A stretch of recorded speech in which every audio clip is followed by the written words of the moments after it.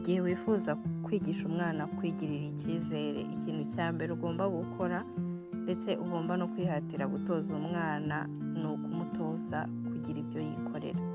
Nimba hari ikintu runaka ubona ko atangiye kwiga gukora, mureka agikore. Azatangira akica, azatangira agikora nabi, birumvikana.